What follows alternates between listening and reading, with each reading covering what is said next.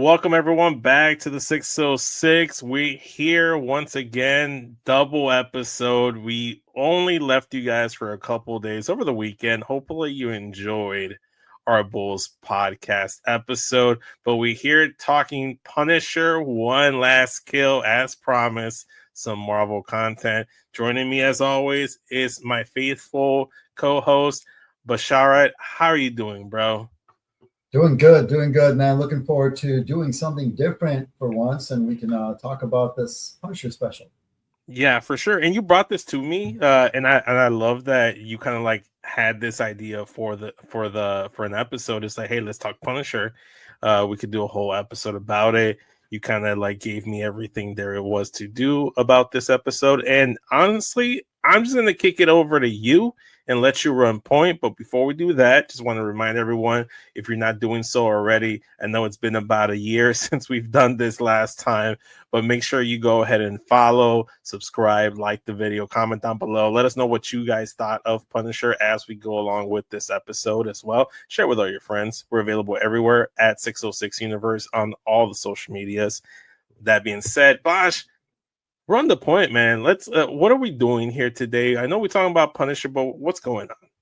So what's going on is this is going to be fun because I have the background of having watched all the Netflix Marvel content, including Punisher's introduction in Daredevil season 2, then his appearances again in Daredevil in his own show, 2 seasons of his own show. Then he came back in Daredevil Born Again, the return of the Daredevil show after several years, nearly a little over half a decade off the air, and then they came back on Disney Plus, a little bit changed up for the Disney audience, but not too Disneyfied.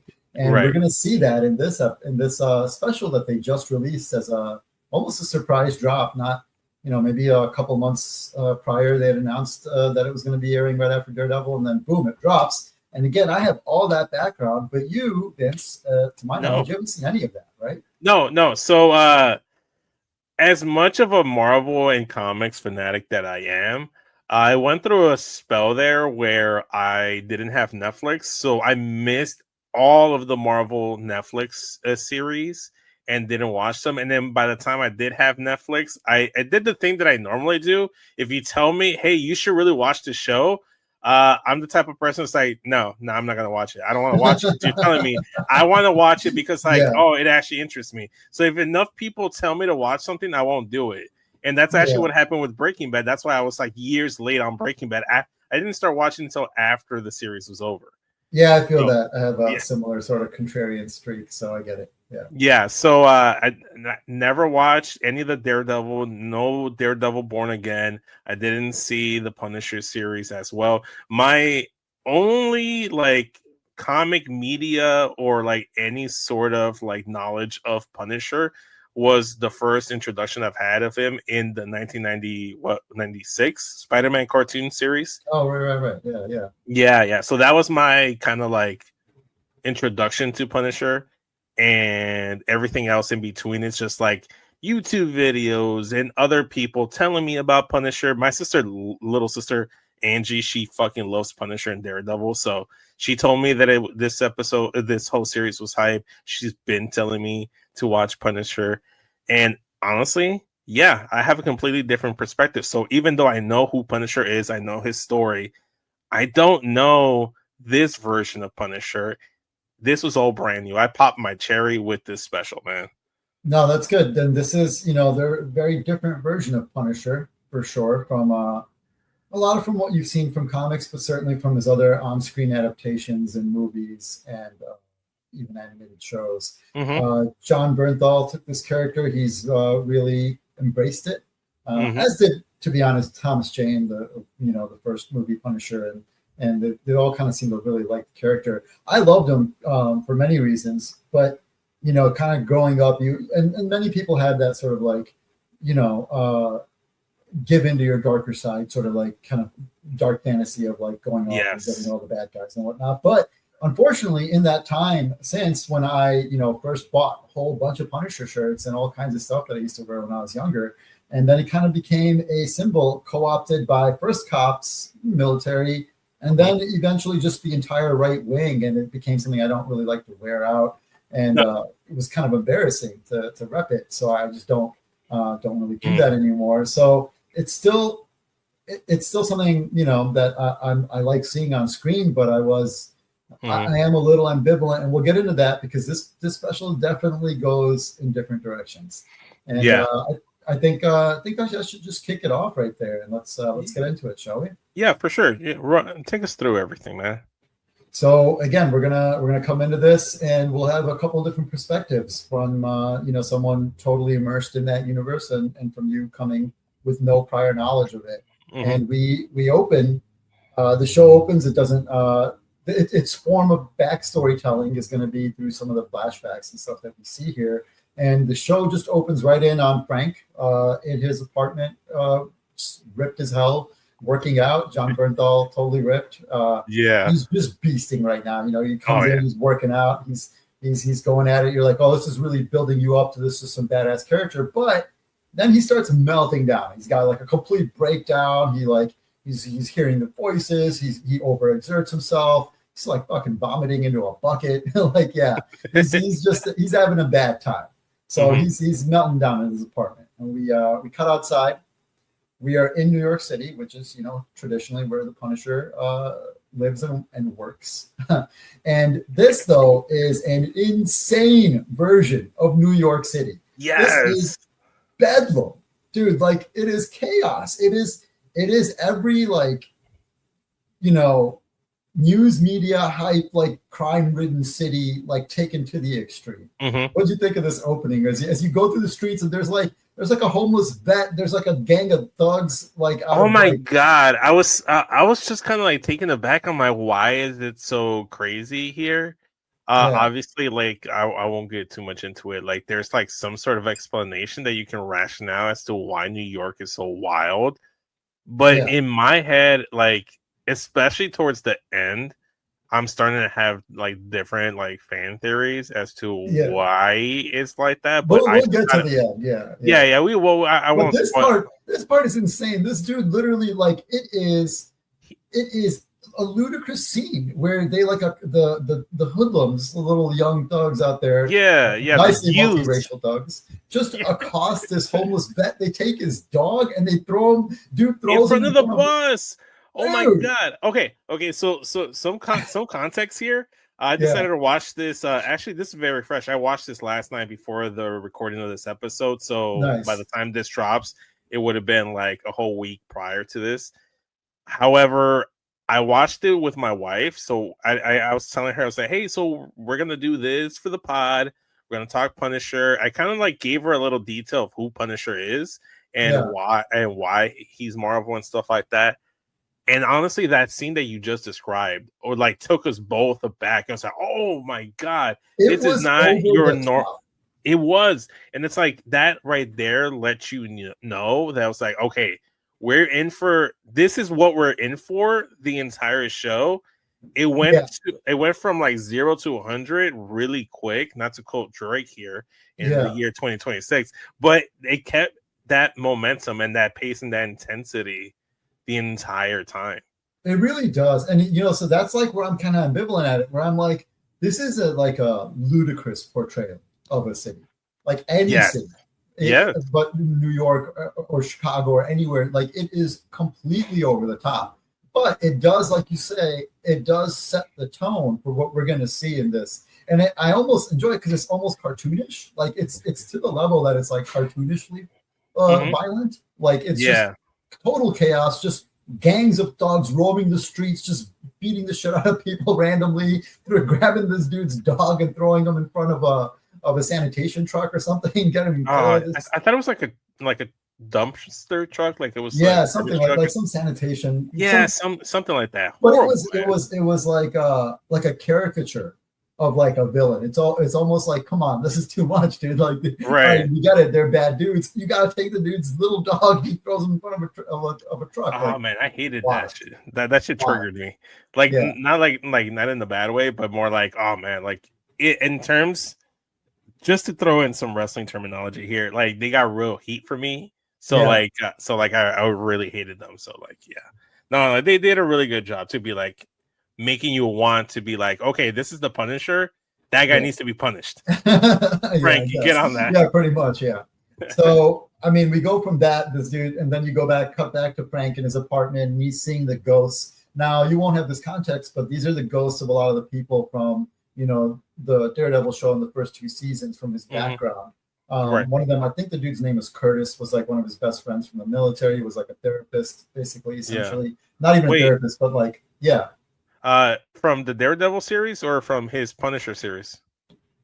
I can't remember. I think he only showed up in Punisher. I don't think in the Daredevil series it was just Frank. My memory. I don't think this dude was in it. Yeah. Okay. All right. You were saying.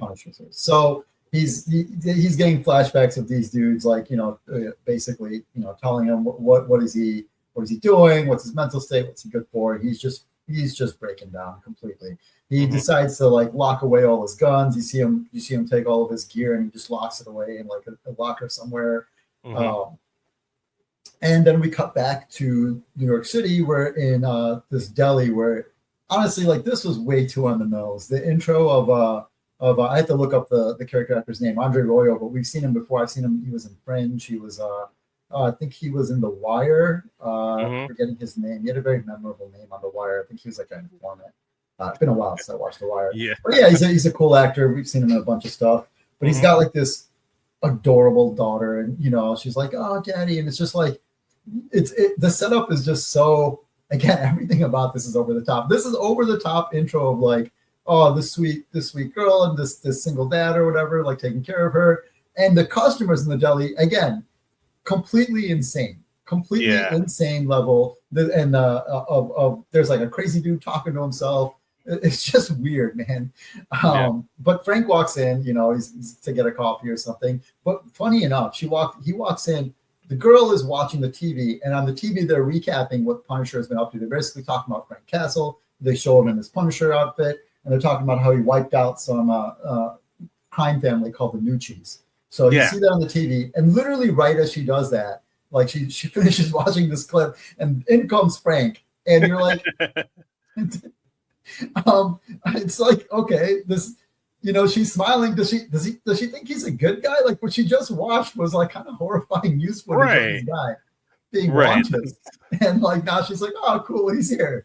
Or does she not recognize him because of the beard now? I don't know. Yeah. So that was one of the comments my wife and I had to each other as Frank, after he left the deli, was like, oh, maybe that's why he grew out the beard and the hair, because he had more of a cleaner look, clean cut prior to that in the previous picture on the news broadcast. So there's a warrant for his arrest. So maybe he's doing this so that people don't recognize him. And to answer, but on the other hand, like Andre Royal's character, the deli owner, he the dad of the little girl, offers him a free like coffee or whatever or food at the end, right? He's like, no, I'll take it. It's no charge or something. Yeah, because but that wasn't because he was Punisher. That was because a crazy schizo type of dude. Yeah, it's like, hey, I'm sorry about that. Here, coffee's free on me. Yeah, so the mentally ill guy was like kind of scaring people in there, and I guess that's but it was kind of confusing because to me, it looked like they know he's the Punisher. I don't know, like everybody knows he's there. Are they cool with it? I guess. Yeah. So it definitely did pick up on that, and it did really seem like the deli owner was like aware of who he was. The girl was just kind of like, oh, it just kind of seemed like that weird thing that kids do. It's like, oh, hi, stranger. Maybe that was it. Yeah, but it definitely did seem like at least the dad knew who Frank was, but my interpretation was, hey, I'm sorry about that. Here's a free coffee. Don't worry about it. Yeah, that was kind of the other thing. I'm like, okay, they're going for one of these, but it's not really clear which one it is, which is was funny because of the way he was introed. But anyway, he walks out, and we come in on, I mean, what we thought was crazy before for the intro of New York, this is full on like just meltdown level of like almost post-apocalyptic New York. Like it's insane what's happening out there. Yeah, and it's usually weird because like whenever they do like scenes like that where like it's a post-apocalyptic like city or just like a crazed like madhouse of like streets, it's usually like dimmer, darker settings, or like it's usually like at night. And this time, almost everything took place No, in broad broad daylight. daylight. Broad And, daylight. and, and we'll talk about it, especially like towards the tail end of the special where there was a specific time mentioned, and I remember thinking to myself, I didn't say it to my wife, but I thought to myself, I'm like, huh, is it really that time? Because it's bright as hell. Like I get it. Like during when daylight savings time is over, like especially in the summer, like maybe like hey, maybe it's still bright out, but I don't know. I figured like given the time frame of when the events were happening towards the tail end, I was like, there's no way there's broad daylight for this whole fucking series. Yeah, it's nuts because around him is he's walking completely unbothered like through this what is basically like what Fox News describes like Chicago as, but like times 10. Like times 10. It's just total chaos. Like I can't do it justice of what's happening on these streets. There's literally a dude who like I think gets like dragged down as he walks by, like another dude gets in an argument, he throws him to the ground and shoots him in the head, as far as I can tell. Oh yes, I think I recall that for sure. Oh my god, no, yeah. It was wild. This is what people that aren't from Chicago that like to call Chicago Chirac is what they think Chicago is. Yeah, and this is the first part where I paused. I was like, man, this is kind of like feeding into some right-wing fantasies. I don't know if I'm comfortable with this, but again, we'll see as this episode goes on, special goes on, that it does kind of like play into the over to the top nature of the show. So right, like okay. So let's see. He's walking through the city. He's completely unbothered by all of this, by the way. Like, just to describe a little bit more, I mean, he walks right by that dude who gets thrown down, gets shot. There's another gang, a group of like thugs by a car who's like, get the fuck out of here, get out of here, get the fuck out of here. And they're looking at him, telling him this. I'm just like, again, like it seemed a minute ago, it seemed like maybe people knew who was the Punisher, but now I'm like, probably not, because I'm not sure these guys would be so comfortable saying that. Right. This was the Punisher walking by. Yeah, exactly. But, the best part is like a cop car pulls into this neighborhood and literally just stops in the middle of the road, and it's so chaotic that they just reverse the hell out of there. They nope right out of there. I didn't catch that actually. Really? Dude, I had to pause on that. Man. I had to pause. I was laughing so hard. It was insane. Yeah, now that you mention it, the only time I recall seeing any sort of like police NYPD was this cop car, like I think it was turning the corner, and then I couldn't recall what else happened there. And then a cop car was like on fire at one point. Can't remember at what point in the series, in the special, the cop car, but like it's fully on fire. But I never saw any law enforcement, no officials, nothing. It's almost like they didn't exist here. Yeah, it is totally wild. And then as he's walking and this chaos is unfolding around him, he's having like, you could hear the audio overlay of him having like flashbacks to Afghanistan, or the war that I think he's supposed to have been in this version of Punisher. But yeah, that's complete lunacy. Like even Fox News doesn't like get to this level of violence in cities. Exactly. It's quite nuts. And the best part again is he doesn't give a shit. He's just walking right through it. No punishment for anyone apparently at this time. No. Yeah. So let's see. We get out of there. He goes. He's walked. He's not at the cemetery. He's at the grave sites of his family, his wife and kids. And if you don't know the background of the Punisher, the story changes depending on time and comics and movies and whatnot. But it's basically his family's gunned down, right? Like he uses his little kids and his wife to violence, and that's what kind of causes him to snap and go on this become the Punisher eventually. Right. So he's there. He's continuing his little mental breakdown and talking to the graves of his dead family, his dead little girl in particular. He pulls out a gun. He's considering suicide, and I actually think like overall, like this is kind of cool in terms of like portraying the PTSD this character has. Yeah. Right. Yeah, for sure. And like so, not only did we open with him like, first seeming like, oh, this badass, but then having a complete breakdown in his apartment. But now he's hearing, then we went to the ghosts of his dead comrades and friends, and he's just seeing visions of them, and now he's like having flashback sounds. Now he's suicidal. He's talking about how he doesn't know what to do, if he can keep going, and it is kind of like a moving portrayal of just like, I think he wanted to, Bernthal, that is, because he kind of drove the making of this episode. He wanted to kind of really spotlight, a veterans coming back from war and having trauma. Right. Yeah, exactly. And honestly, like with the timing of everything going on right now, like there's so many people that are involved in this fucking war now that we instigated. And then it's good to see this because unfortunately, anyone that comes back might have to deal with a lot of these side effects. It's not all just like, action movie. You come back and you have a lot of trauma, like from the violence that you cause and that's been caused to you, and all of it. So that part I thought was pretty cool, pretty good, like well portrayed of him really, not having a hard time dealing with it. But then he gets a little vision where his daughter like literally appears to him right in front of the gravesite. And I think that kind of he has this little scene that's pretty cool where he flashes back to, you've been seeing kind of flashbacks of his wife in bed and like rolling over, and his kids, like talking to him in the past back then of like his family life, of like his son on the stairs, or telling his dad to watch him do like a cool jump in the pool or something. Yeah. And then this is really cool scene where as this is happening, he just sees like blood come out of his daughter, and like really affecting traumatic scene of like them basically, the fact that they got killed like this is now breaking through his little flashback memory of them.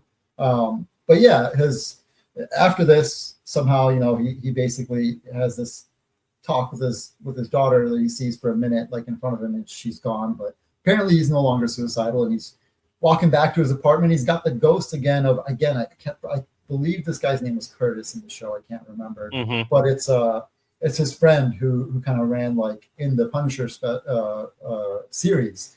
He used to do like a veterans like PTSD kind of like AA style, run these meetings and groups, and he's kind of talking to him about like, what's your purpose now, soldier, and like after when this is over, like are you gonna be forgiven for the things you've done? He's like, I know about me, but what about you? You definitely aren't. Like you've done some really heinous shit. So we see him go back, and he gets back to his apartment complex, and there's like an old lady in a little wheelchair. It's Judith Light from Who's the Boss. If you were old enough to have seen that show back then, or seen it on reruns, back in the days when we had to watch reruns on basic cable, syndicated shows. But she's like, hey Frank, she knows who he is. She's like, actually, he starts walking away. She's like, we have something in common. My whole family was killed too. She starts telling about how they died. And you see these people being killed, and it's very obvious. She talks about her husband first and her other sons. It's pretty obvious the person who's killing them is the Punisher. Okay, so maybe it's my naivete or whatever the pronunciation is, but at least with the husband's first kill, I was like, oh damn, that's crazy. Like he got killed, and then I think the second one, I think it was like the oldest son. Yeah, the oldest son. I was like, okay, maybe it's Punisher. And then the other son, the youngest, I was like, okay, this is probably Punisher. And then finally, when it came to the grandson, I was like, oh yeah, no, it's fucking Frank. Yeah, by that point, it's like, it's definitely him. So you see, you as she tells him about him, you see the scenes of them being killed, and they don't show Frank fully, but it, like, as you keep watching, it's pretty clear that it was him. Yeah, it when they got to the grandson, you could tell it was Frank, because I think you see the skull. I think you see this. You see it in the car window in the limo before he pulls out the grandson, and and then you see the logo in that one at that point for sure. But I'm mad that it took me to like the third kill to be like, oh yeah, it was Frank. Oh, that's cool. Well, but eventually it's like, surprise, like this old she's Ma Nucci actually, and that was the Nucci family from the TV earlier. So this is us seeing him kill them all now. So first we just saw the TV news talk about it while we were watching. So what's interesting here is there's a seminal comic book collection, whatever, like the series of first Punisher issues, like the first 12 or so, called, and it's collected in the stories called Welcome Back, Frank, by Garth Ennis. Garth Ennis is the same dude who created The Boys, if you read Preacher ever. So it's one of the great comic book stories. Punisher Welcome Back, Frank is freaking awesome. I have it in like several formats. I love that book. It's probably my favorite Punisher story, if not most people's. And in it, he is, to my memory, it's been a long time since I read it, but to my memory, it is the Nucci's that he is up against in that book. So, yeah. But so in this one, like in this show, like unfortunately, that whole story, he's already killed most of them apparently. Yeah. So, but Ma Nucci is still there. So Ma Nucci, she's still around. So we could still do some of Welcome Back, Frank at some point. But anyway, she like walks up to him and she like spits at him, which is wild, and tells him like she put a bounty out on him. Yeah. And I guess that's the explanation for why New York is like this. Kind of comes from this, because in the news report you see them say something like "Little Italy," or Little Sicily. No, Little Sicily, Little Sicily, which I don't think exists in New York. No, I think it's specifically for this version of New York in the MCU. Yeah. So, but anyway, they say in the news report earlier that the little girl was watching that like it's delved into chaos because there's no one there to control it, and the Nucci's used to be in control of something. But this is like a level of chaos that is, to me, inexplicable by the death of like one mob family. For sure. Because honestly, my wife was asking, it was like, why is there so much craziness? Why is there so much mayhem going on in the streets? And I was trying to tell her she's not alone. We're all asking that. Okay, well, I'll let her know. But I was telling Melissa that I was like, I don't know. I think maybe because like the crime families kept everybody in line, and because that everybody's trying to one up each other, and maybe there's like a power struggle to be like the top person and stuff like that. Because that's definitely I don't know what they're going for. Yeah. So they oversold it, in my opinion. Yeah, they're definitely a little bit too crazy, honestly. But to me, I compare it to like one of my favorite like TV shows I used to watch on Fox, Malcolm in the Middle, where the older brother Reese was the bully, and then he stops being a bully. So then there's this power vacuum of everyone being a bully, and then there's this crazy mayhem in the playground until Reese decides to come back and be the bully again, restores order. So I thought to myself, oh, it's probably that. There's a power vacuum, right, and now everybody's going crazy trying to be the top person in crime or something. I don't fucking know, but I was trying to justify it. You heard it here first, guys. The Punisher, exactly like Malcolm in the Middle. So, hey, watch that revival too. There's all the revivals. It's all connected. Yeah. Everything's coming back. Everything. There is no new content. It's only old content redone. So, but yeah. So let's see. We go from Malcolm in the Middle time here. Oh yeah, Ma Nucci spitting at him and telling him she put a bounty out. Like everyone's going to be coming for him, and she timed it for like 6:47 or whatever, because that was seared in her mind. That's when he killed her youngest son in front of her in the limo that we talked about in the flashbacks. Yes, that's what it was. So she's put the bounty out. She's like, at that point, like apparently a couple hours from now, I don't know. That's when everyone's going to come to kill him. And then my favorite part of this is she tells him, I'm the one who's doing the punishing now. She delivers that line so well, dude. I had a blast listening to her. Might have had a little technical glitch there.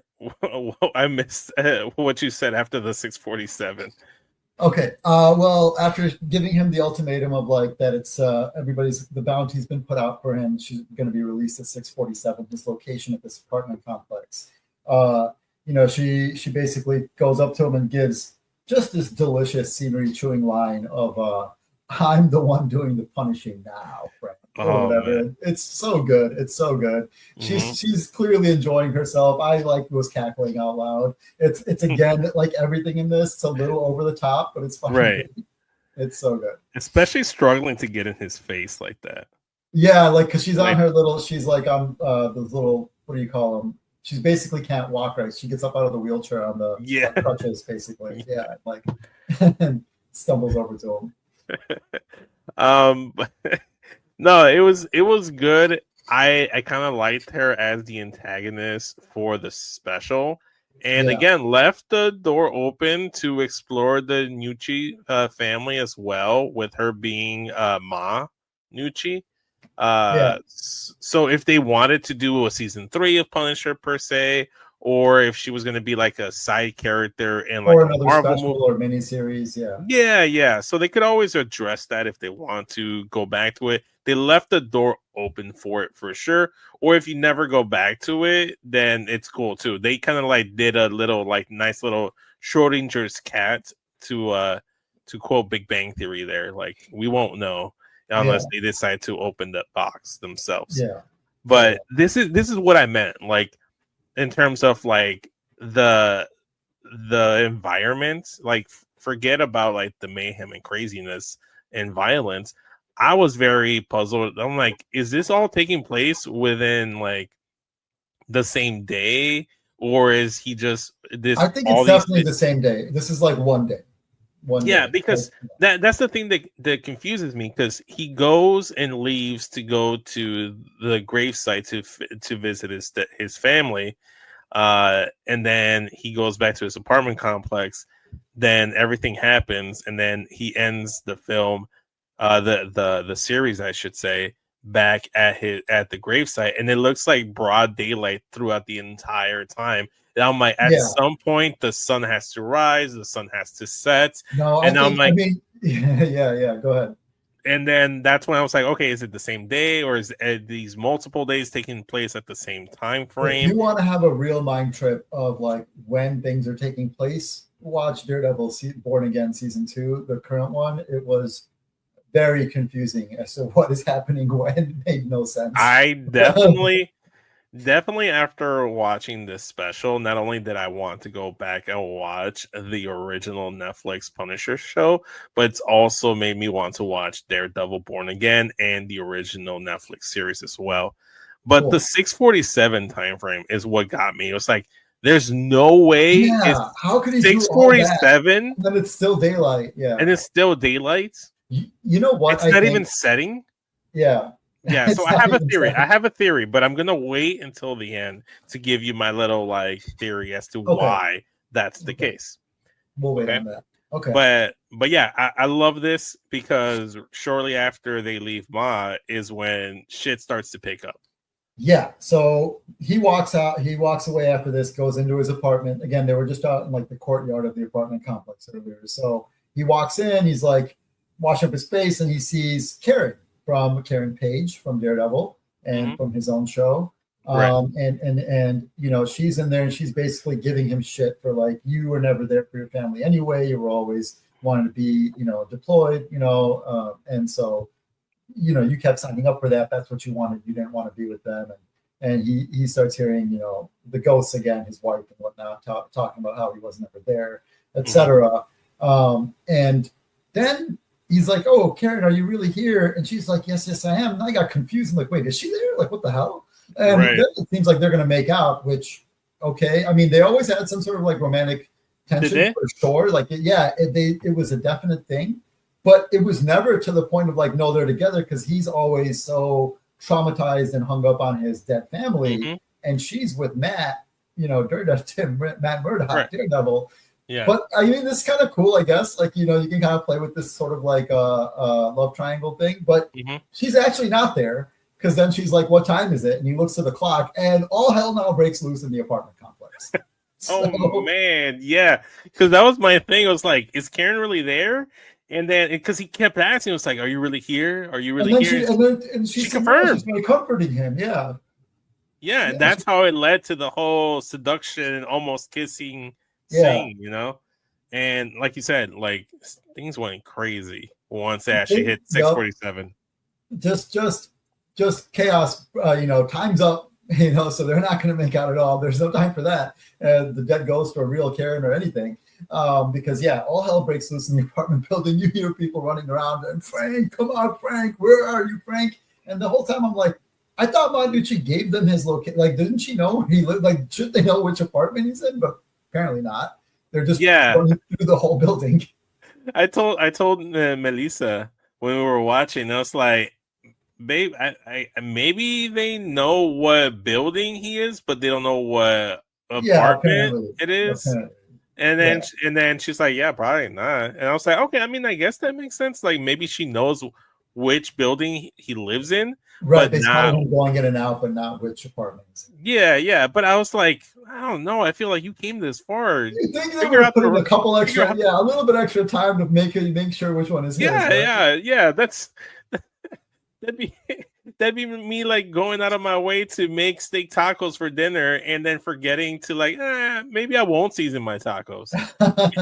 Maybe I won't season the meat before I cook it. Like, no, I'll just might as well go the extra step and do it. Yeah. It's the most logical thing to do. But I guess, I mean, she's not used to being a mob boss.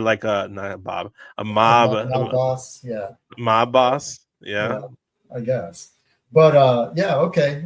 So they're running through. Frank still does nothing but look out his peephole at the chaos going outside while like a dude breaks down the door across from his apartment. Where like earlier there was a woman with her son, like a little son, like coming out of it. So he knows them, and yet he just watches this shit happen, like as they break down her door. Right, it was pissing me off. I was getting worked. I was like, bro, like, do fucking something, dude. Do the fucking punishing, man. What's going on, bro? Yeah, I'm like, it's your fault they're being attacked because they're after you. They're coming for him, and he's still not doing it. Like, right. Crazy. Yeah, no, man. So anyway, he's standing there. And then even standing there while this other dude runs up to his door, apparently not knowing whose it is, and just pours like gasoline like through the door, like through the bottom crazy. Of the door. Yeah, he just stands there, he backs up a little, watches it come in. And he's just standing there while it goes up all around him. And the dude throws a lighter in, the guy outside in the hallway. And this whole rush of fire comes in. Frank then hears the little kid from across the hall, I guess, screaming for his mom, like yelling for his mom. Right. And this is where, like, I guess that activates Frank. And in addition to the fact that he's now on fire. Right. He starts hyping. Wait, before we continue with this, can I just say, whoever the guy was that threw the lighter fluid underneath the door into Frank's apartment and then ignited the flames. You're supposed to collect the bounty, right? Right. Yeah. What are you going to collect the bounty on? So if you set him on fire, how are you going to be able to like identify that it's him? Yeah. There's no way of knowing. And then you really think if Manucci wasn't able to find Frank's apartment, do you think she's going to be able to determine whether or not that was Frank or not? like come on, like bro, that's not the best way to collect the bounty. Yeah, it doesn't seem all that logical. But I mean, these guys are just living in I don't even know what, Escape from LA or something. Like, they're just living in hell. So like, cool, they're just going at it. Going wild. But this does lead to like a really cool fucking shot where Frank is on fire. Basically, he's been lit on fire. And then he hears the kid yell for his mom, and he just does the patented Jon Bernthal like little roar and just runs and jumps through the door, like the burning door, and into the hall and out into the apartment across the hall where like everybody's attacking the family inside. So this dude, while he's on fire, just this from here on, the entire special, this is what you were talking about of like it setting the tone. It is nonstop. This is just nonstop action from here. It's like very little setup. What we've had up until now was setup, and that was like maybe 10 minutes. I don't know. It wasn't that long in this special. I don't know, but it did feel like it just kept going on forever, but like not in a bad way because I was enjoying every second of it. Yeah, but like it kept going. And then at the end of everything, I was like, damn, that's it? I was like, I wanted there to be more. My favorite thing, I love that this whole thing kicked off and it played one of my favorite songs, La Vie en Rose. It was playing. I was like, oh my Yeah. god, I fucking love this. Like, I That's get awesome. it because he fucking loves this. He Yeah. he loves everything that he's doing here. He loves to Yeah, punish. yeah. It's the music drops, the needle drops here are pretty dope. And this Yes. is it. Like as soon as that he gets lit on fire and he hears that kid yell, it's pretty badass. Like honestly, like him jumping through the door, fighting dudes while he's on fire. He's taking them out. He gets hit with like a metal baseball bat. He then takes it from that dude and like bashes that dude to the ground. Another guy in from the hallway right as he does that, swinging a freaking axe, like a fire axe, and like Frank dodges it, and the fire axe then embeds itself into the dude he just smashed to the ground. So that dude's dead. And then Frank takes That was one of my favorite kills, by the way. Yes, no, this part's so dope because he takes the baseball bat and smashes that dude with the axe then on top of the head, which drives him into the other side of the axe, and then he kills both. So both dudes are dead on this. It's pretty badass. Like the action. Yes. Again, this part, like this whole time, he's still been on fire. I think it kind of gets put out now by this point, but like while he was in the apartment killing dudes, pulling guys off, and just killing them left and right, he's been on fire the entire time. It's a pretty cool looking action sequence, to be honest. Yeah. And then like dudes are in the hallway and a dude runs by, like a thug runs by and a guy like shoots him. So I guess they're killing each other also, like to get the bounty. Yeah. Yeah. So now this dude who has a pump action shotgun, like comes in and Frank takes the pump action shotgun from him, kills that dude. And just starts blowing motherfuckers away. Like he is killing people left and right. He kills so many dudes. And I'm sitting there thinking, like, I know there's a bounty out on him, but like, how many freaking people are there after him? Because he killed like a dozen people with the shotgun, like inside that apartment. Yeah. And not even counting the people he killed before he got the shotgun. Yeah, exactly. Yeah, before he got the shotgun, he already killed all the dudes in the apartment, including Axe Guy and baseball bat guy. So like, yeah, he's killed like well over a dozen people. There's like a grenade or explosive of some kind thrown in. He like barricades the door with a bookshelf. It goes off. He's hearing like he's got the hearing loss from the after that, stumbles out and he goes out into the little walkway. This is like an apartment complex with a walkway, throughout the inside of many levels. He's on like one of the upper levels. And as he comes out into the walkway, like he looks across the whole complex, and apparently there are a lot more dudes. Like that was not a lot of people because this entire apartment complex is like a freaking army has dropped into it. Yeah, there are people running around on every single level of the complex, just going buck wild, man, just killing people left and right. So, there's I think a guy flying like falling down from the complex too. Wild. So no, he's running through the complex. He looks down. You get the metal starts playing. I forget what song it is, but like it's perfectly set to him. Like action sequence time. He jumps down. He just starts killing everybody. Like, and now everybody's got guns. And he locked all of his away, so he's getting his weapons like as he goes. So he's like, he jumps down, kills a guy, takes his gun, and then starts shooting people just left and right as he's making his way down the walkway. People are coming up from other levels. He's killing them. It's like a video game, dude. It's pretty honestly, that's what it felt like. I think the song is "I Will Be Heard" by Hatebreed. Hatebreed. It's definitely Hatebreed. That's who it is. Yes. Yeah. Thank you. Yeah. Nice note there. Well, what I do like in this is because like Jon Bernthal did, like he's ever since he took on this Punisher role back in Daredevil, he's been like consulting military types like for his own show, which like maybe influences some of the things I don't like about it. But on the other hand, it also does influence some of the realism, and I like the way he gets like he gets weapons as he goes, but he uses them very efficiently, very like methodically, and he shoots properly. Like he shoots short bursts, like 3-shot bursts, like very aimed, controlled bursts, 3 shots, re-aims, 3 shots, re-aims. So it's pretty cool the way he moves around. It's very almost like technical, like he like a surgeon, like he knows exactly what he's doing.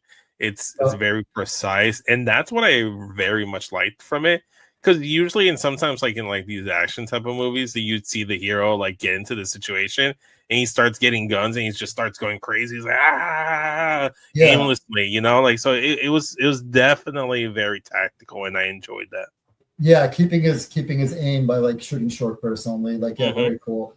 And yeah, he's apparently there's a lot more guys because the alarms are going off in this building. Like, it is total chaos. It's just like, I don't know, fire alarms or something going off, and dudes are fighting each other. They're shooting each other. He's shooting them. They're shooting him. This is kind of John Wickish for a little bit. I was gonna make that reference. I'm like the fight choreograph felt very John Wick. Yeah, very much so. So I mean, not quite to the level of John Wick, but still pretty cool. Like, still pretty cool. Yeah. So he goes back into the stairwell in this apartment complex, and there's again like a dozen dudes who burst in, and they're like making their way up. He starts firing down, and like I think throws a fire extinguisher to like cause a bunch of smoke for him to like kind of make an escape, because he then heads up the stairwell, out onto the roof, tries to barricade or lock that door, but he's got nowhere to go. Dudes burst through the roof, and just total fucking action sequence. Just little groups of guys coming up and him killing them, making his way to the back of the roof, running out of ammo. And then fortunately for him, very, very fortunate that right when he runs out of ammo, everybody running up on him no longer has a gun. I like that part. Yes. Oh my God. I think it was shortly after this, if not like immediately. My favorite kill happens, and that's the one where he's falling off of the roof onto the lower roof. This is really good. This is really good. So go ahead. He kills all these dudes who run up on him. Some more who run up with guns. He takes their guns, and then two other dudes, big dudes, come through, and he just looks at them like, I think he says something like, "Oh fuck," some shit like that. He's like, I really like that. So those dudes come, and his solution is like, fuck this, and he's just he jumps over the side, and he lands on like a lower level roof below, because it's like a multi-level building. So this is still pretty realistic, like multi-level buildings, whatever. And as he's falling down, he turns and he shoots. You know, he kills one of the dudes dead with a gun as he lands on whatever compressor is below him. Oh my God, that was my favorite kill of the entire series, special. Yeah, because he's like, as he's falling, clean shot, headshot, couldn't have been better. My wife was impressed too. She was like, "Oh no, damn, he got him as he fell." It's like, no, that's how you know he's a good shot. Yeah, that was a dope sequence. I think this might be when the other two dudes then burst through and he goes off. Like, I think this is when it happens. It's on like this lower roof, right? And then he's like, "Screw this!" And so he literally goes off the side of the next roof. There's like scaffolding along the side of the building, and he lands on it. And then the dude above him takes the smaller dude that's next to him and throws him down on that's so freaking wild. Like who thinks I'm gonna you know what, fuck it, I'm throwing a human body at him as a weapon. Like, I'm just gonna throw this I'm gonna kill you with this other guy by throwing him at you down below me. And Frank rolls off the side of the scaffolding, lands on like a bus. He's taking massive amounts of damage. Yes, definitely. He lands on the bus, hits the side of the other bus, it lands on the pavement, like, and now he's on the street level. And on street level, oh, by the way, when he was up on the roof, he looked down earlier and he had seen like Manucci is in the middle of like the street trying to looking up at him, like as if she knew he was going to be on the roof. She's just watching, watching the action from below. So now he's street level with her, and he sees her and her bodyguard or whatever next to her. And this is wild because this is basically Streets of Rage. Like, what's happening in New York City is, if you've never played Streets of Rage, this is what it's like. It's little groups of thugs and then repeating thugs. So there's like the knife guys will come up at you, and you got to take care of the knife guys. Then the gun guys come up at you, you got to take care of the gun guys. The shotgun guy comes up, and there's like, there's a guy on a motorcycle, you got to take care of him. He takes care of him. Just total Streets of Rage, dude. It's fucking wild. No, for sure. It was fucking wild. It was crazy. Once he spotted Manucci, that's when it's like, okay, I'm coming after her. And it's great because I don't know how far along after like all this is happening, he has the opportunity to go after her, But then we circle back to the deli owner and his family. Andre Royo is getting attacked outside his deli. Yeah. Exactly. So Frank has to make the choice. Do I go after Bonucci, or do I go save this family? Yeah. And then he proceeds to save the family. So he heads towards Bonucci, but then he keeps stopping, and you see him make the decision. They're like, no, I gotta go. Oh, you know what happens actually is he hears the little girl. He hears her yell for daddy, and that like again gets to his like trigger of his family. And it's almost like one of those code words. Like remember, like in the Winter Soldier, like you had like a switch. right. Like you say a word and it, like turns him on. Like not in that way. He doesn't get turned on that way. Well, I don't know, man. One could argue. One could argue. Yeah, I mean, someone could make the case, right? Yeah, but yeah. So like it kind of like flips the switch to be like, I'm Punisher. Yeah. So what this is kind of like where I was a little disappointed, because when he got to street level and there's like an actual Streets of Rage video game happening, I kind of was really hoping that like, and really like what you would think would be the natural evolution of that is that he then has to fight his way through the streets, right? To get to Manucci. So I think like they definitely didn't give them like a lot. Like Punisher's not like a high special effects budget or any of that needed. Yeah. But they definitely didn't give them a lot, you know, to kind of work with to make a lot here. I'm sure they gave them a very limited budget and said, okay, do what you can with this. Because what they really should have done here, and I wonder if they gave them a time limit also. Because again, what would be really cool is if he then continued this, again, John Wick style, where he has to fight like street by street, you know, clearing it out to get to this point. But we never really see that. We see him get to the street, and then immediately Andre Royo is getting attacked outside of his deli, and Manucci is there. And there's, again, around him is total chaos, total video game chaos. Like many levels of Streets of Rage would be required to clear all this. And, you know, and I kind of was hoping like, okay, cool. Now you've seen him on the rooftop and through the hallways and through the apartment complex. And you just saw him take out a guy on a motorcycle. Now he's at street level. And then it's going to get like progressively crazier as he has to keep fighting his way through the street and kind of John Wick it like that. And that I think would have been really, really cool. I definitely wanted to see that. And the whole thing, it really feels really compressed because like you said, you get to it and you're like, damn, that's over? Because we're nearly at the end. And even like the kind of trauma part with him and the ghosts of the dead soldiers and friends that he sees, that all of that I feel like should have been like longer, you know, kind of like you needed to explore that more and his PTSD and really have him come to grips with it. But this is kind of sped up. And the action sequence, unfortunately, is sped up just like that because he gets to street level and then takes out the motorcycle dude. And then, like you said, next thing you know, deli owner and is getting attacked with his daughter yelling for him. And Frank makes a choice between saving him or going after Manucci, who's towards the other direction. But again, I just wanted to see him kind of fight his way through the street, at least for a little bit. Would have been it would have been nice to see. I mean, they gave us a little bit of that, but like just kind of compressed fighting in the deli itself. And honestly, it could have been just a situation where, even though it might not have been a budget limitation, but it might have been a time constraint. Yeah, I definitely think maybe it was a time constraint. Possibly. Which, in a way, is kind of good. So me personally, like given what we saw and what it could have been, I would have liked them to give it like another 40 minutes. And make it a full movie, and then like just release it in theaters. Give them a little bit more of a budget to go ahead and flesh out those street level fight scenes and everything else. Like I'm gonna say like maybe like they gave them like maybe 30 million or something like that. Like just double it, just like a little bit. You don't have to do anything crazy, and you get something really good. But maybe also, maybe also they just needed something to like introduce Punisher, and let's get to that at the end of the why of it.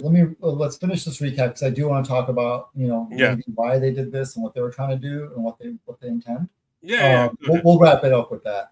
So let's finish this off because he heads towards the deli after hearing the girl scream for daddy and gets into the deli. Saves the funny thing, dude. One funny note I want to make here is like Andre Royo, his character, while he's getting attacked, he did this earlier too. He did this when, I forget when, but maybe in the deli or sometime earlier. He keeps telling her like, "Daddy's just playing, Daddy's playing." Yeah, I don't know if you caught that.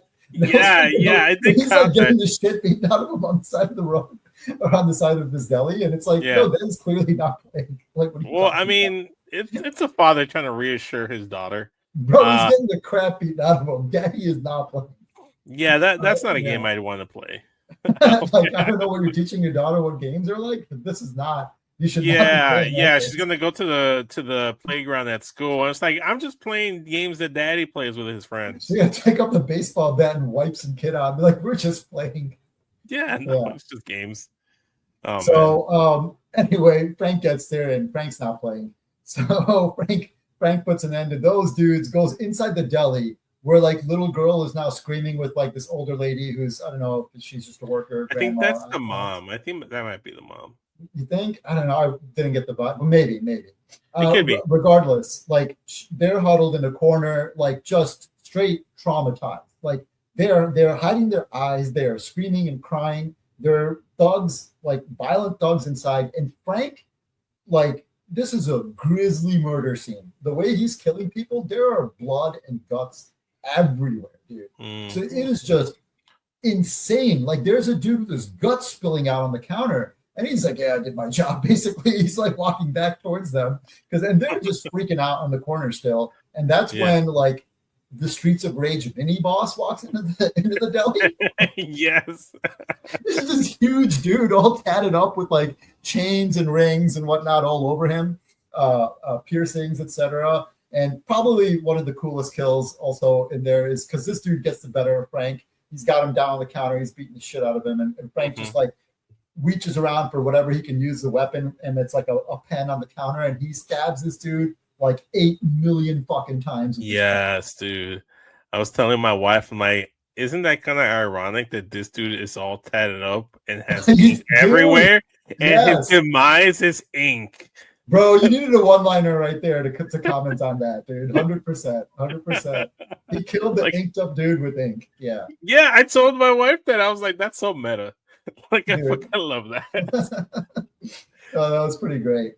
This Punisher doesn't have a lot of one-liners, though. He's just straight killing machine. The best part is he like rolls off this dude. There is just blood spurting everywhere. Again, the most grisly dead bodies you've ever seen are laying on the counters and on the tables in this deli. And he's just like, cool. The little girl and mom are like, "Oh, you saved us." Basically, I think they get up and the best part is, so Andre Royo's character walks back in and they're all hugging. They're like, "Oh, thank God you're safe. Are you okay?" etc. And then, Punisher's walking out, and like the little girl like smiles at him.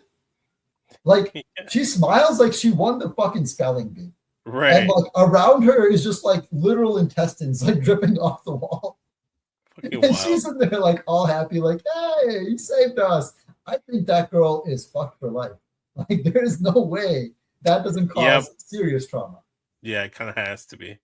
Yeah, dude. So, but basically we are at the end of the special because Frank walks back outside and somehow Streets of Rage is ended. And everything is not back to normal, but now there's like cops and ambulances all coming in, and people are like crying and consoling their like injured loved ones and picking up the pieces of like the chaos. I don't know how everything just ended while Frank was in the deli, but he beat the mini boss, so I guess game over. Right. He beat the level. He beat the level. So everyone just goes away. Now the cops are there. Now the ambulances are there. Nobody again pays any mind to wanted mass murderer Frank Castle walking by all of the police and ambulances in the middle of like the biggest serial killing like mass murder spree in New York City history. Mass murderer Frank Castle is wanted, and he's just roaming the streets after committing another mass murder. Mass murder. You could say this was self-defense, right? But still, it's a mass murder. No, the cops getting there would be like, this is probably the guy who did this. This is the guy who does shit like this. And there's like 147 dead bodies out here. So, but no, Frank gets to scroll through, just walks off and like, all right, cool. Like that is almost the end of the special because we now see Frank, he walks all the way back to the cemetery. Mm-hmm. You know what's one thing I forgot to mention when he was in the cemetery earlier? This is kind of weird. I don't know if you know anything about this. Is this like some sort of like religious iconography I'm missing? Right. But like the headstones of his family had like all kinds of little knickknacks and trinkets all over them. Right. I don't know if you noticed that. I noticed it for sure, and I remember when he gets back here, he like brushes them off. Yeah, he wipes them all off. But then I'm even more confused. It's like are people going to visit Frank Castle's family and putting weird trinkets there? Is he putting them there? Like, I don't. Right. It wasn't really elaborated on. It was mostly just done for us to speculate. In terms of if it has any religious connotations or meanings behind it, I actually don't know. I don't know of any personally. So nothing you caught that I missed, though. No. There was nothing there particularly that I would know. Like if this was New Orleans, I would have thought like Mardi Gras had happened because there's like beads and shit on. It was weird. I mean, earlier too in the special, he leaves his key right in front of his the key to the safe. I forgot to mention that. Yeah, when he was going to commit suicide, he leaves the key there because now he goes back. Oh, by the way, the little girl when she smiled at him, like she had won the spelling bee. She was like. She had these little paper like knickknacks she was making, like little flowers and roses. Right, and she gives him one. She likes this. She's like, wait, and she goes and gets it. And she's like, this is for you. And he gives it, and she gives it to him. And again, smiles like the happiest smile you've ever seen in the middle of a scene from like the Saw movies. And and she's perfectly at home in the middle of this butcher. And so he goes back like you said, and he like wipes off these weird trinkets all over his family's graves. Instead, he puts that rose down and he says something like, I think I'm going to keep going. I'm not going to give up, something like that. And then he looks down and he sees the key he left earlier and he picks it up. And that's the key to all of his gear. So now, boom, we fade out, fade back in. It's like a little happier. It's still Sunny and Dave, and it's a little happier day. There's like an older couple walking. The wife is like asking the husband, like, are you sure you know where you're going? Like, tell me what train, et cetera, et cetera. And he's like, I know. And he tells her. And meanwhile, camera zooms back and you see the over the top goon from earlier who killed the dog by throwing him in front of a sanitation truck is just running up behind these two with a baseball bat. He's like about to like wipe them the fuck out. And then you hear a gunshot and he's like on the ground. Yeah. And guess what? The Punisher is back. You see him fully geared up. He picks this dude up, puts him on a pole, and he's got a knife to his throat. And the homeless vet from earlier is actually like behind him. He's like, he's got my. I've never heard this. Maybe it's like New York slang only, or maybe I'm getting old. But he's like, that covers mine. That covers mine. He's telling him that the hat was his. Like the guy took the hat from him earlier in the movie. In that sequence. So the guy's like, oh, take the hat and you can have the hat. And so, Frank takes the hat, throws it back to the old man, to the homeless vet. And the vet's like, that's not all he took from me. And then the dude runs off. Frank throws a knife at him, like knocks him back down, and then walks up to him pulls out again, fully geared up. This is like the shot from the end of the trailer, basically. Right. Pulls out his weapon and just points it down, camera looking up at him. This is a pretty badass shot. Looks back at the homeless vet. The homeless vet like nods or something, and Frank just looks back down and kill shot. That's going to be the thumbnail for this episode, by the way.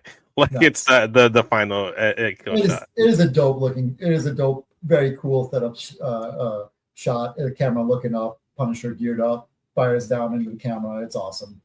End titles, The Punisher. He's back. So that's that. Yeah. What'd you think, man? What'd you think of The Punisher stuff? So here's the thing. I think the fact that this was my sole introduction and only knowledge and experience of this version of Punisher, I enjoyed it. Like, I knew what Punisher was all about, so obviously that helps. And I just kind of sat there and I was just enjoying the thing. Like, my wife's also learning about Punisher. So obviously I know of Punisher, she didn't. So two people that aren't really aware of this character that much, but experiencing it for the first time. And I think my opinion might have been different because I did see some people saying that it was this doesn't make sense within like his, not only his appearance in Born Again, but also within like the Netflix show. Like, oh, like where does this go? Like where's this placement and stuff like that. So me personally, I thought it was a great way to introduce the character, especially right before he's going to make his appearance in Spider-Man Brand New Day. Yeah. So it just kind of makes sense. I kind of wish we had a little bit more, but maybe that was by design. There was like, let's just kind of do this as a litmus test and see if people like this, and then just kind of go from there. And if there's, I also think that like Marvel and probably Kevin Feige really wanted to have him in this Spider-Man movie. Going forward, and I think Jon Bernthal was like, "You got to make me let me make this for me to do that." So that might have been them throwing him a bone, basically. It did feel like here, dude, damn, like fine, do your damn special, but you only get this, but you only get 50 minutes, and this is your budget. Yeah, that's definitely what it felt like, because, like you said, whatever my thoughts of it overall, when the action got going, like it was nonstop, and the action got going pretty early. And it was pretty cool. I would have definitely liked for them to explore more of that. Like, again, I would have liked for him to keep fighting his way through. Overall, I definitely liked it. I do have some pause with the way, like, I don't love the portrayal of the city. Like, I know we talked about it being over the top to match the tone, but it just feeds into this, like, this crazy, crazy extreme right-wing paranoid fiction about what our cities are like, you know, and it kind of like emphasizes it and gives it credence almost to like, this is what, you know, this is lawless New York and lawless Chicago, and this is not anywhere close to the reality. I mean, this is so far beyond. Maybe that's the saving grace of it, is that it's so over the top that it's so clearly not like what a city is. Yeah, it's almost like they're going for satire here with this, with the depiction of the city. Okay, so here's my little theory. And it kind of all correlates with like depiction of the city, the chaos, the fact that it feels like it's the same time and day. My mind is, and my question to you is, did anything that we just watched, did any of it really happen? Dude, that's such a good question. Because the first thing I thought about when I saw the craziness, like you made your parallels, the first piece of media that it made me remember, I was like, this feels like the first Joaquin Phoenix Joker movie, where like after he declares like having an unreliable narrator tell you, and then you see the PTSD, him having the paranoia, seeing visions of people that aren't there, him going crazy. Obviously, he's not mentally sound, and then the fact that the time of day never changes, even though obviously time is passing here, leads me to believe. And then like you go back to like how it seemed like the deli owner and everybody there knew him, or like him walking down the street and people are like, oh, this is Frank Castle, wanted mass murder, but no one seemed to care. How there's no police until like the very end once things are in order. So now I'm wondering how much of this is really, really trustworthy that we can believe, and how much of this is Frank Castle just losing his shit, losing his mind. This is how he sees the world. Maybe. And how he justifies everything. The only thing that cuts back against that is that when he's in his apartment and we go outside to the city, and that's when the dude takes the dog from the vet and all that. Like, that stuff is happening ostensibly without Frank's. Like, that's just happening with us watching it. So that makes me feel like, no, this is what it's like. I don't know. It's really strange. We'll get to the Daredevil and where it fits in part of it in a minute, but the over the topness of it kind of harkens back to, I don't know if you didn't see either of the Punisher movies, right? No. Well, the Thomas Jane one was kind of like trying to adapt Welcome Back Frank, but with like a very stupid way, in like a bad budget, taking place in Miami with John Travolta of all people as the villain. So like it kind of sucks in that regard, but Thomas Jane does a pretty good job in my opinion. And there are sequences they lift directly from Welcome Back Frank. Like this one awesome sequence where he fights the Russian. All of that is literally panel for panel out of the comic book. There's another guy who tells like, I forget what his name is, but he like meets Frank. He's like sent to kill him, and he like meets him and he has a gun, and he sees Frank with a knife, and he's like, you brought a knife to a gunfight, and then Frank just presses the release in the knife, and it shoots the blade into this dude's throat. Oh man, badass. That's crazy. I love that. But that one had some good points, but this makes me think more of Punisher Warzone, which was another very over the top like depiction. It was cartoonish violence and like kind of almost more true to the comic books in the level of insanity that happens in there. He even has like Micro and his sidekick, quote unquote, from the van. He has Micro in it. You get Jigsaw's in it. Like you get all the classic villains. It's a really over the top, kind of almost satirical. Not almost. It's definitely like a satirical sort of like depiction of city violence and stuff. And this almost doesn't go far enough to reach that level. So it's almost like in between. Yeah. Like you almost want it to be more cartoonish to kind of fit that vibe. But overall, it was fun. It was a good thing. It's kind of a repeat of what happens in the Punisher series, to be honest. Okay. All right. But because like each season there's 2 seasons of Punisher. And basically, the Punisher show is Frank tormented and suffering from PTSD, not knowing whether to continue down his path, and then kind of being forced into becoming the Punisher. That happens in season 1, and then it happens for some reason again in season 2. So, and then it happens again in this special. Yeah. From what I take and what I was able to gather, is that this is a constant with the character in general, is that he always has to relive and relearn this lesson and just go through all those trials and tribulations. And it's because of his PTSD. Again, I'm not saying that's good. That's the reason why. I'm just regurgitating what I've heard. I think you're right. I mean, this does happen in the comics too, where he kind of like he goes through these over and over, like those events, which is kind of endemic to comics overall. Like characters redoing that. Daredevil is a great example of that in the comic books. But I also get it because like not the audience of the MCU didn't necessarily watch the Punisher TV show, right? So, you do you want to have this kind of reset of the character. To me, when he shows up in Daredevil, I think he works so well. So Daredevil season 2 has a lot of flaws that people bring up, but I think those first 4 episodes of season 2, they're like a mini arc for the Punisher. And he's literally introduced like he's the goddamn Terminator.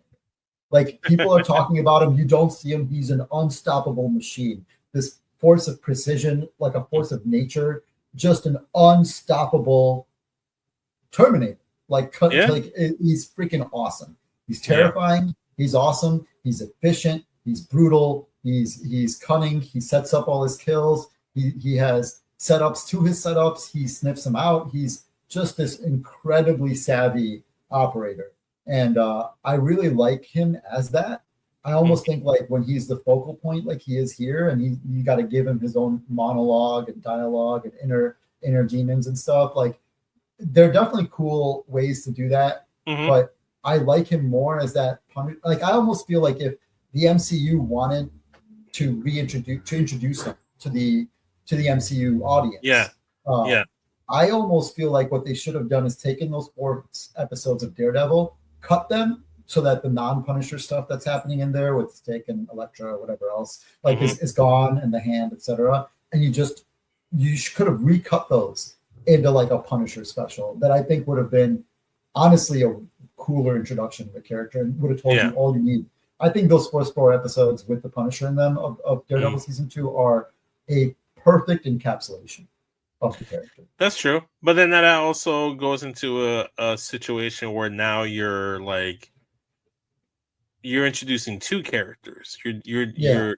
So but I will agree with you in the sense that every depiction in media of the Punisher that I've enjoyed the most is when he's introduced in someone else's story.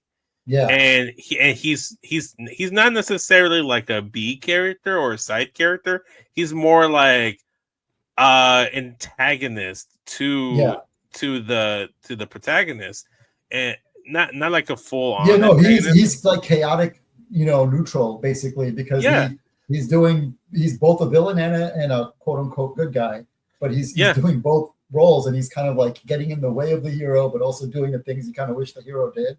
No, for sure. Like, for instance, for me, like my first introduction to Daredevil was in the Spider-Man animated series.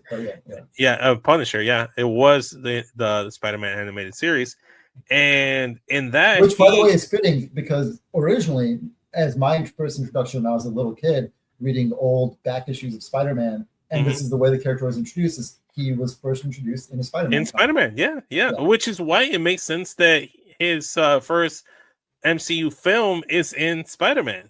It makes all the sense in the world. But like I was saying, he works so well in that animated show because in it I believe he's hired, or he himself sees the story of like Mary Jane Watson disappearing, where she's actually in a different dimension because they can't actually kill in this show. So she's just in another dimension. So she's trying to like kind of like Scooby-Doo this shit and figure out who the fuck did it. Concludes that it might be Spider-Man, and then figures out that Peter Parker and Spider-Man might be working together, and at the same time Spider-Man and Peter Parker are trying to like get him off the scent and get him away from him, because at the same time he's dealing with his man spider situation where he's mutating and growing arms, and he turns which is kind of like what it looks like they're having that storyline in Brand New Day. Yes, which I kind of love too. And then so not only is he a protagonist in the sense where like he's doing the things that you wish the main protagonist would do, but like I said, he's kind of like making life more difficult for the main character, for the hero. He's definitely making life more difficult. So I love that. I would love to see where that dynamic plays out in Brand New Day. I will say you're right. Like maybe this isn't the perfect way to introduce him to the audience of the MCU. However, like I said, different perspectives. I've never seen this portrayal, this version of Punisher, and seeing him for the first time made me want to be like, okay, well, maybe I will go back and watch the Netflix show. Now I'll check out Daredevil since he's there. And while I'm there, I'll go check out the original Daredevil on Netflix as well. In anticipation for the Spider-Man Brand New Day. So at the end of the day, for the casual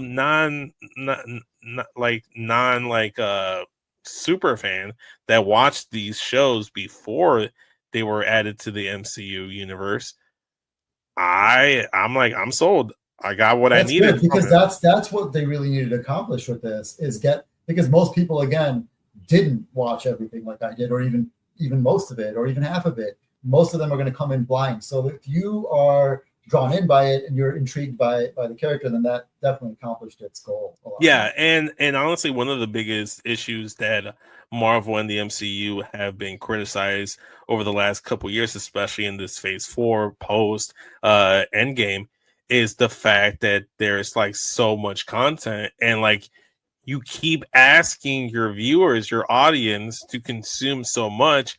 There's only so much they can consume, especially when they were rolling them out so frequently. Like it became Marvel fatigue. So if you're someone that is a fan of the MCU and you want to know who Punisher is before watching Spider-Man, and if that's the only reason you're trying to figure out about him, it's so much easier to consume a 50-minute special versus going to watch a series of Daredevil that's in the second season of the remake, not the remake, the revival series, and then that also is following its own Netflix series, and this character has 2 seasons. So like, instead of asking people to go and watch 2 seasons of Punisher or 4 episodes of Daredevil, they're asking you, hey, here's 50 minutes if you want to know who he is and what he is about. That it just kind of give you some cool action sequences, give you enough about his backstory to like gain some sympathy for the guy and actually like understand his reasoning for why he does what he does. And then so when he shows up in Spider-Man, you understand more so if he does become an antagonist or someone that gets it makes things harder for Peter, especially if he does go through that mutation into Man Spider like he usually does in the comics and in other medias. Now you're going to be like, oh, I'm a little torn because I feel for Frank, but also like he's fucking with Peter when he shouldn't be fucking with Peter, you know? Yeah. Well, I'm just hopeful that, because what I really want him to go back to that efficient, precise Terminator that he often is, that he usually is in everything. And so hopefully this got all of his like his PTSD demons. I mean, they're definitely not out the way. This is not how you deal with PTSD. Is no, to give in and start killing people. Not, so, but you do not deal with this in a healthy way. Yeah, no, he's totally given himself over to it though, and so now he will just hopefully be that kind of that scary freaking monster. Essentially, is what he should be, right? I agree, and he should be an efficient kind of methodical killing machine, and that's what I want to see, and hopefully we don't have to see him wrestle with his trauma this way. We can see him wrestle with it the more fun way. Exactly. And I think you saw that gradually happening during the action sequences, that like he was gradually morphing back into the Punisher, and he was very precise and Terminator-esque, and especially in that final kill of the original like hooligan or whatever. Like where that killed the dog. He seemed very Punisher-esque, especially that one final scene was very telling. And if you see the trailers for Brand New Day, he kind of gives off that persona, because he has the clean like fade going. He still had the beard and everything, but now you look at Brand New Day and he's clean cut again. He looks like he's a little bit more sane and rational. It was rational as Punisher can be. Yeah, I would never call him sane, but rational, I guess, by his own mode of thinking. Yes, exactly. So honestly, it accomplished me wanting to know more about Punisher. It accomplished me getting invested in the character. It accomplished me wanting to see more of him in future projects, and it made me that much more excited for Brand New Day. Perfect. It definitely accomplished its goals in that case. I definitely had fun. I will say, to address the people like me who have seen the other stuff, the setting is insane. This takes place ostensibly before Born Again Season 2, from what they've said about the timeline. At the end of Born Again Season 1, he was captured by Kingpin's Anti-Vigilante Task Force, the AVTF, who've all adopted his skull logo the same way our real-life cops have. And they and he basically fought his way out, and you would think he wanted revenge on them. So they're like, if you're a watcher of everything, you're sitting there thinking, where the hell is the AVTF? Because New York is currently supposed to be under the thumb of a basically, what's it called, like an emergency order, like military-ish crackdown by the Kingpin's personal task force, the AVTF. And how the hell is this neighborhood? Where is the AVTF? Why does Frank not want any revenge on them? And if Little Sicily, quote unquote, is this freaking bad, where the hell is Daredevil? Like, where are all these guys? It is kind of nuts. And like, why if this takes place before Daredevil Season 2, Born Again Season 2, then why is Frank not in Born Again Season 2? Maybe that'll be explained in Spider-Man. I don't know. But from that aspect of it, there is a lot of unanswered questions. I say, if we can kind of just, go with the flow, turn that part of it off. Say Little Sicily is its own little enclave that was suffering its own little sort of a meltdown because Frank killed the Nucci crime family, and we just have to roll with it and accept the fact that this happens kind of like outside the purview of the things Kingpin and the AVTF care about, and that's why they're not here. It's really the only explanation, and it kind of just got to roll with it. My personal headcanon is what I told you earlier. Yeah. That this is like Joaquin Phoenix's Joker. Yeah. The first one, not the second one, because the second one wasn't good. At least I didn't think so. No, nobody does. Okay, good. But yeah, that's kind of how I interpreted this. Like, this is like Frank Castle telling the story. Like, we're seeing this play out in his mind and through his eyes. And throughout the whole thing, we see he is not a reliable narrator whatsoever. Right. So again, I'm very curious to see what happens with this character going forward. First stop is Brand New Day in the summer, and then who knows from there. Yeah, I will say last things to wrap it up. So we had fun. We mentioned our where we thought it had its drawbacks and our reservations with it, but overall it was short. It was action filled ride. It was kind of fun to watch because of that. Yeah, had some pretty dope action sequences. And I will say, if you are interested in the character overall, I think watch, literally just turn on Daredevil, like it's on Disney Plus now. The original Daredevil, season 2, episode 1. Just watch that one episode. And if you like the way that episode ends, the first 4 episodes of Daredevil are like that. His own solo series has some ups and downs. It has some really slow moments. They kind of padded it out a little bit too much to fill all those episodes, but it definitely has extremely cool moments. And then the best the Punisher is like you said, in someone else's story. So he shows up in Born Again season 1, and when the Punisher shows up in there, it's freaking awesome. Him and Daredevil playing off each other. Him and Charlie Cox and Jon Bernthal have great chemistry. The characters in the comics and in the cartoons and now here in TV play really well off of each other because of their conflicting ideologies, yet like sort of similarities. I would definitely go and check out either Born Again season 1 or Daredevil season 2. You'll have a lot of fun if you do that. Yeah, no, for sure. It's one of the things that I feel like I haven't been able, like, or not just me, but like us comic fans and Marvel fans haven't been able to really experience with the MCU, with the exception of a few projects here and there in the very small dosages, is all these street level actions and stories and all these characters interacting with each other, because everything with Marvel and the Avengers, it's pomp and circumstance. It's like world-ending catastrophes and stuff like that.